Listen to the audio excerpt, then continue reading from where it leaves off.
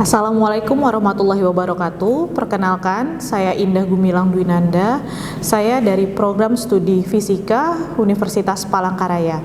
Pada kesempatan kali ini, saya akan menyampaikan video pembelajaran di mata kuliah Pengenalan Geofisika dengan materi Dasar Geologi Minyak dan Gas Bumi, di mana mata kuliah ini memiliki bobot sebesar 2 SKS, dan pada pertemuan kali ini diharapkan mahasiswa dapat menguraikan dan menjelaskan geologi dasar dan aplikasinya terhadap geofisika terkait dengan geologi minyak bumi dan aplikasi geologi pada geofisika di bidang lainnya. Untuk penilaiannya sendiri menggunakan rubrik analitik dan juga beberapa persentase, diantaranya terkait dengan nilai absensi, nilai tugas, nilai UAS, dan juga nilai UTS. Lalu untuk metode perkuliahan yang saya gunakan diantaranya ada ceramah, small group discussion atau diskusi, kemudian yang terakhir mungkin akan ada metode pembelajaran menggunakan case method. Berikut video pembelajaran yang akan saya sampaikan.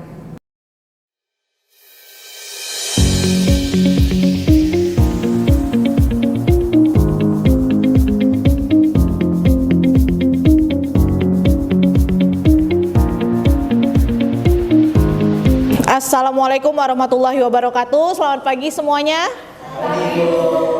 Sehat? Alhamdulillah. Semoga pada hari ini kalian semuanya dalam keadaan sehat, berbahagia, dan sudah sarapan tentunya ya. Oke, sekarang kita akan melanjutkan materi kita dari pertemuan kemarin, minggu kemarin lebih tepatnya, di mana dengan mata kuliah Pengenalan Geofisika dan materinya yaitu Dasar Geologi Minyak Bumi. Nah, untuk hari ini ada beberapa yang akan saya sampaikan. Yang pertama nanti terkait dengan tujuan pembelajaran ini tuh pentingnya apa sih? Kalian wajib tahu itu. Sama capaian terakhir nanti harapan saya akan seperti apa. Lalu nanti ada konsep dasar petroleum system, kemudian ada batuan reservoir, lalu ada penutup. Nah, kita langsung saja ya. Rencana pembelajaran semester. Intinya, saya di akhir nanti berharap teman-teman di sini akan mampu menguraikan dan menjelaskan geologi dan aplikasi geologi, terutama tentang apa? Mengenal dasar geologi minyak bumi. Kemudian aplikasi geologinya seperti apa di geofisika? Karena geologi dengan geofisika ada sedikit perbedaan ya. Oke, di awal saya akan berbicara tentang definisi dulu. Petroleum system. Kira-kira ada yang pernah dengar nggak? Ada? Belum ya? Menurut Magun dan kawan-kawan tahun 94 cukup tua, di mana petroleum system itu yaitu sistem yang terdiri dari batuan induk yang matang dan semua berhubungan dengan minyak dan gas bumi, dan juga unsur-unsur penting serta proses yang diperlukan untuk adanya akumulasi minyak dan gas bumi, sehingga mereka kemudian bisa kita ambil manfaatnya ya. Jadi ada beberapa kalimat inti di sana, kata inti di sana, yaitu ada batuan induk matang, kemudian ada sistem jelas di sana karena petroleum system, di mana sistem itu berarti ada proses di sana, kemudian ada unsur-unsur penting di dalamnya. Saya menganalogikan seperti ini. Teman-teman pernah masak sayur sop? Pernah ya? Di mana petroleum system itu seperti kita memasak, sistem kita masak, di mana ada terdapat wadah, kompor, sumber panasnya, lalu ada unsur-unsur sop di dalamnya. Lalu ketika kita sudah yakin, sudah matang dengan taste yang enak, lalu dengan suhu yang enak, kemudian sudah semuanya terasa cukup, kita akan, tidak mungkin kita langsung makan ya. Tentunya kita harus pindahkan dulu dari dapur atau dari kompor, kita pindahkan, kemudian terjadilah migrasi, perpindahan di sana dari kompor, kemudian kita akumulasikan di mana? Di meja makan ya. Sehingga nanti ketika di meja makan akan terkumpullah berbagai hidangan, mulai dari hidangan pembuka, makanan inti, kemudian hidangan penutup, berbagai macam minuman ya. Nah, kemudian di sini tentunya akhirnya terjadilah terakumulasi reservoir atau makanan-makanan tadi. Kalau kemudian kita aplikasikan suatu proses ini, yang terjadi seperti ini di petroleum system, di mana ada batuan sosrok, batuan sumber. Nah, batuan sumber ini ya tadi proses kita masak tadi, sumbernya tadi dari yang mentah sehingga akhirnya jadi matang. Ada sumber apinya juga ya, ada tekanan, ada panasnya, itu kita sebut sebagai kompornya tadi, apinya tadi. Terus ada tutupnya. Lalu ketika sama seperti tadi, yang menjadi bahan unsurnya itu nanti itu adalah ada beberapa unsur yang nanti kita akan sebut sebagai hidrokarbon atau disingkat sebagai HC. Ketika sudah matang, ia akan bermigrasi dari sosrok ke reservoir rock. Ya, jadi di sini itu sosrok, lalu di sini ada reservoir rock. Reservoir rock itu, batu reservoir itu yang akan mengakumulasi semuanya, mengumpulkan semuanya. Dengan cara apa? Memberikan suatu jebakan. Jadi hidrokarbon yang kita ibaratkan makanan itu dijebak. Dijebak sama seperti makanan yang kalian sudah masak, kalian jebak dalam suatu mangkok ya.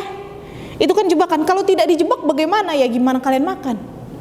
Ya, dia akan tumpah kemana-mana, menyebar kemana-mana ya. Nah, makanya di sini ada model trapnya, jebakannya, dan tentunya kalau misalnya ada wadah, ada penutupnya. Agar apa? Ya balik lagi supaya dia tidak kemana-mana ya. Ada seal, batu penutup. Jadi ada 3 jenis macam batuan yang sudah saya sebut: batu sumber atau sosrok, reservoir rock sebagai tempat terakumulasinya, dan batuan penutupnya ya. Dan ada berapa proses yang terjadi, yaitu jebakan, lalu generation, migration, accumulation dari minyak dan gas bumi itu tadi. Nah, ini tadi kita bicara unsurnya. Kalau buat sop apa saja bahan-bahannya biasanya? Unsur-unsurnya apa saja? Sayur, apalagi? Wortel, daging, macam-macam ya. Kentang, macam-macam ya. Kalau minyak dan gas bumi, unsurnya itu apa? Nih, apa ini coba? Apa ini? Yang ada ikan-ikan ini? Alga, ganggang. Bahan-bahan organik. Jadi kalau di hidrokarbon atau unsur-unsurnya itu ada 2 teori. Teori anorganik dan organik. Namun teori anorganik sangat jarang digunakan karena ini berkaitan dengan teori-teori yang seperti abiotik atau abiogenik, seperti itu ya. Nah, yang familiar yang kita biasanya simpan itu teorinya teori organik, di mana ganggang hidup di danau tawar, kemudian mengumpulkan energi dari matahari, hidup hingga akhirnya dia wafat ya. Kemudian ketika dia sudah wafat, ganggang mati akan terdendamkan dan terkumpul di bagian dasar lapisan bumi ini kan. Kalau di laut ya, yang sudah wafat akan terendapkan di bawah, kemudian nanti kan akan tertumpuk lagi ya sedimen-sedimennya ya, entah dengan batuan lempung atau batuan lainnya atau sedimen lainnya, sehingga setelah dia terendapkan nanti dia akan tertumpuk, termasuk dia bisa saja ditimpa oleh lapisan reservoir rock tadi atau batuan reservoir. Kemudian ketika dia sudah mencapai tekanan dan suhu yang benar, sudah matang, dia akan bermigrasi lah akhirnya. Perhatikan di sini dari sosrok di paling bawah di sini dia akan bermigrasi ke atas. Ingat sifat fluida apa? Salah satunya adalah menjauhi sumber panas dan tekanan yang tinggi ya. Jadi dia mencoba mencari jalan untuk naik menjauhi tersebut. Nah, kalau sudah matang itu tadilah akhirnya unsur tersebut kita sebut sebagai hidrokarbon atau CH4 nanti atau bisa C2H6 begitu ya. Nah, ini contoh biasanya seperti apa? Ini cekungan Sumatera Selatan. Di mana cekungan Sumatera Selatan ini kalau kita lihat di sebelah kanan, gambar sebelah kanan itu ya, itu kita slice nih. Bisa bayangkan gambar seperti ini kita slice sehingga didapatkan gambar seperti ini. Nah, sosrok yang mana? Sosrok yang warna hijau nih, yang bawah nih ya. Yang bawah ini sosrok. Seperti tadi, sosrok dia akan mengendapkan dulu alga, ganggang, dan organik-organik lainnya. Setelah matang, dia akan naik bermigrasi ke reservoir. Reservoir rock yang mana? Nih, yang warna kuning. Sama seperti di sana. Dan sosrok biasanya jauh di bawah reservoir ya. Jadi tidak ada ceritanya batu reservoir di atas, sosroknya, batu reservoir di bawah, sosroknya di atas, itu tidak. Jadi pasti kebalikannya ya, sama seperti ya kalau kita masak tadi ya, tidak ada ceritanya kompor di atas makanan. Makanan selalu di atas kompor ya.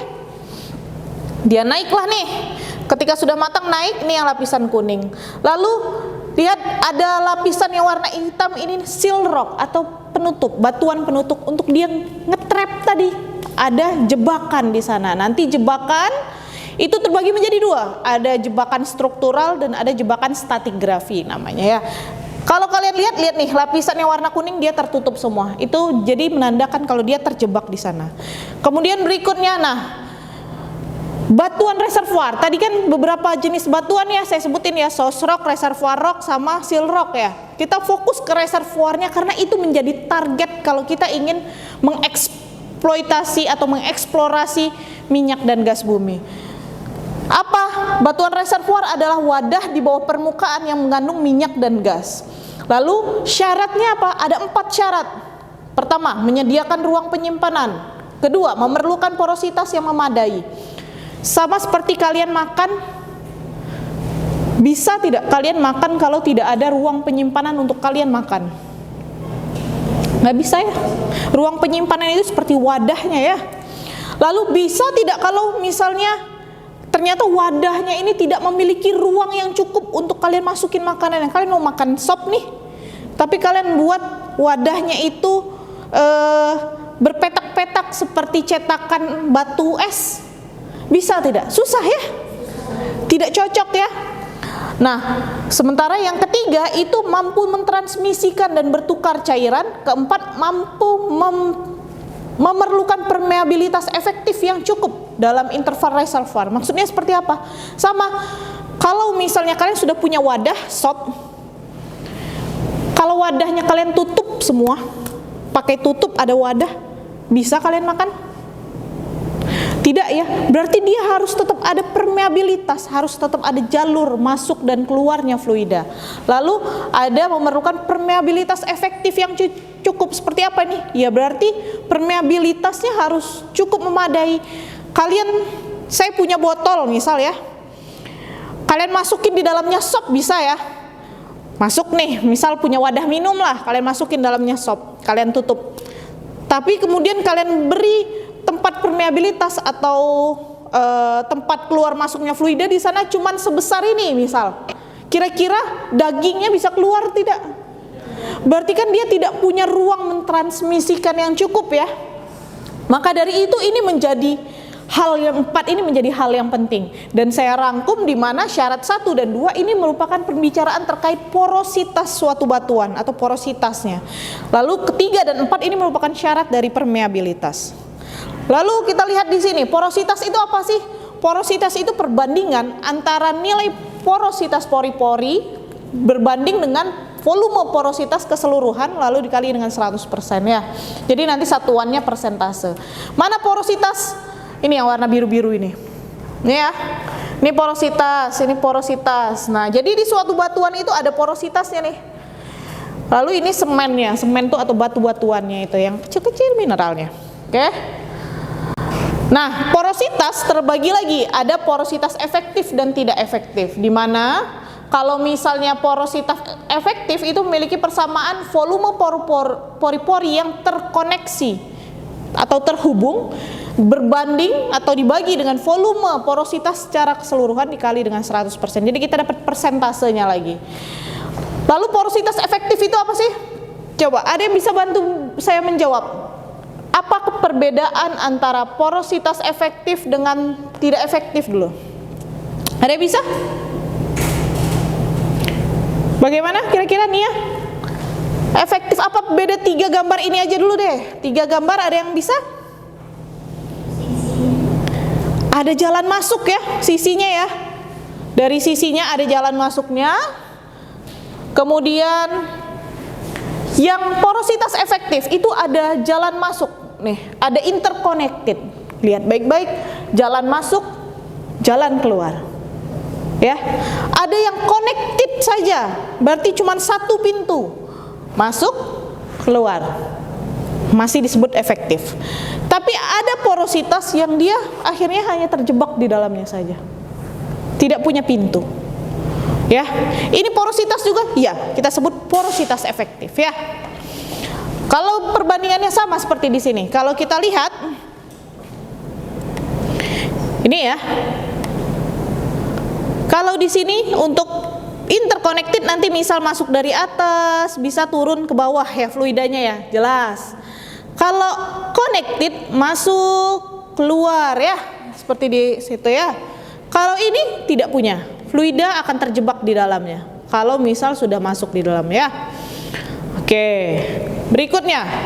Nah, ini ada porositas primer dan porositas sekunder, di mana porositas terbentuk ketika batuan itu terbentuk juga. Jadi porositasnya itu terbentuk ketika batuannya terbentuk juga, berbarengan. Sementara kalau sekunder, porositas terbentuk setelah batuan itu terbentuk.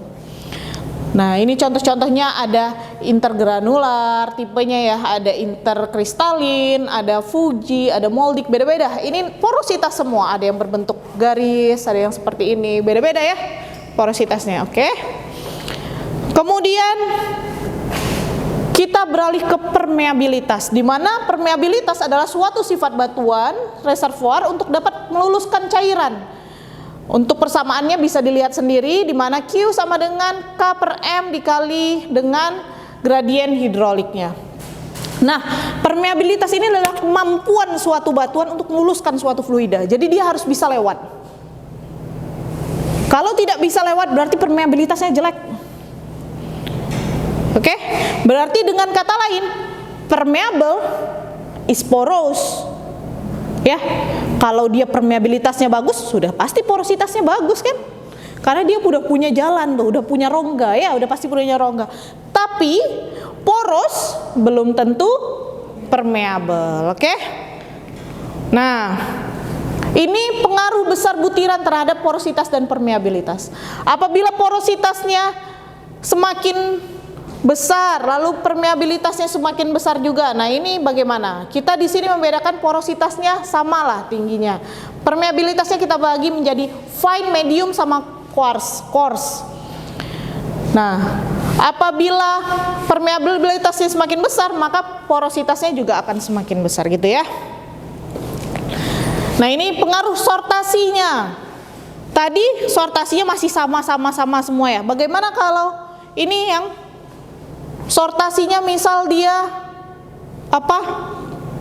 beragam, ada yang besar, kecil, sedang dan lain-lain, maka permeabilitasnya akan jelek, porositasnya juga akan jelek. Kalau misal dia setengah-setengah nih, tidak terlalu banyak sortasinya, maka dia berada di tengah-tengah juga ya. Kalau misal dia seragam, itu akan bagus sekali karena fluida akan lebih mudah. Lalu sortasinya, di mana porositas dan permeabilitasnya apabila sortasinya itu seragam, maka dia akan nilainya tinggi. Nah, kalau ini tadi kan dia bentuk butirnya ya. Jadi kalau semakin besar permeabilitas dan porositasnya semakin besar juga ya. Gini ya. Kalau kecil berarti permeabilitas dan porositasnya juga semakin kecil. Oke. Sampai di sini kita lanjut.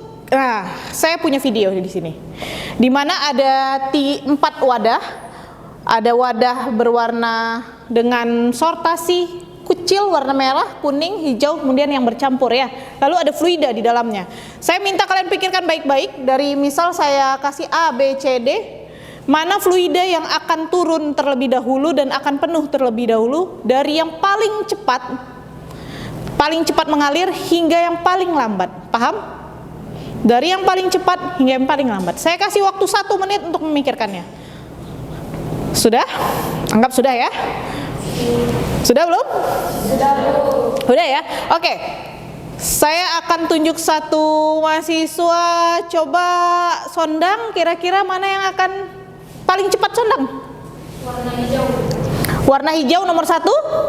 Kemudian? Warna kuning. Warna kuning nomor 2. Lalu? Kemudian warna yang warna-warni.